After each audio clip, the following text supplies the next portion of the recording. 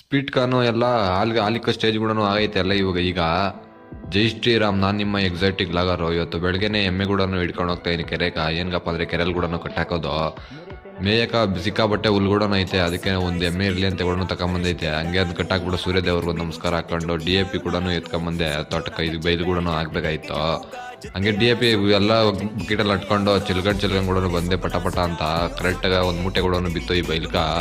ಅದನ್ನೆಲ್ಲ ಮುಗಿಸ್ಕೊಂಡು ಹಂಗೆ ಸ್ಪೀಡ್ ಕಾರ್ನ್ಗೆ ನೀರು ಕೂಡ ಬಿಡ್ಬೇಕಾಯ್ತು. ಎಲ್ಲ ಆಲಿಕ ಸ್ಟೇಜ್ ಕೂಡ ಐತೆ ಈಗ. ಇನ್ನೊಂದು ಕರೆಕ್ಟಿಗೆ ಒಂದು 15 ಒಳಗಡೆ ಕೂಡ ಬರ್ತದೆ.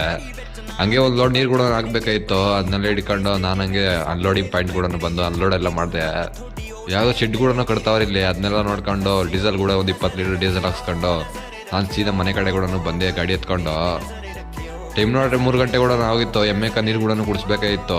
ಅದಕ್ಕೆ ನೀರೆಲ್ಲ ಕುಡಿಸಿ ಅಲ್ಲೇ ಕಟ್ಟಾಕಿದೆ. ಇವತ್ತು ವಿಡಿಯೋ ಹೆಂಗಿತ್ತು ಅಂತ ಕಮೆಂಟ್ ಮುಖಾಂತರ ತಿಳಿಸಿ. ಜೈ ಶ್ರೀರಾಮ್. ಅಷ್ಟೇ.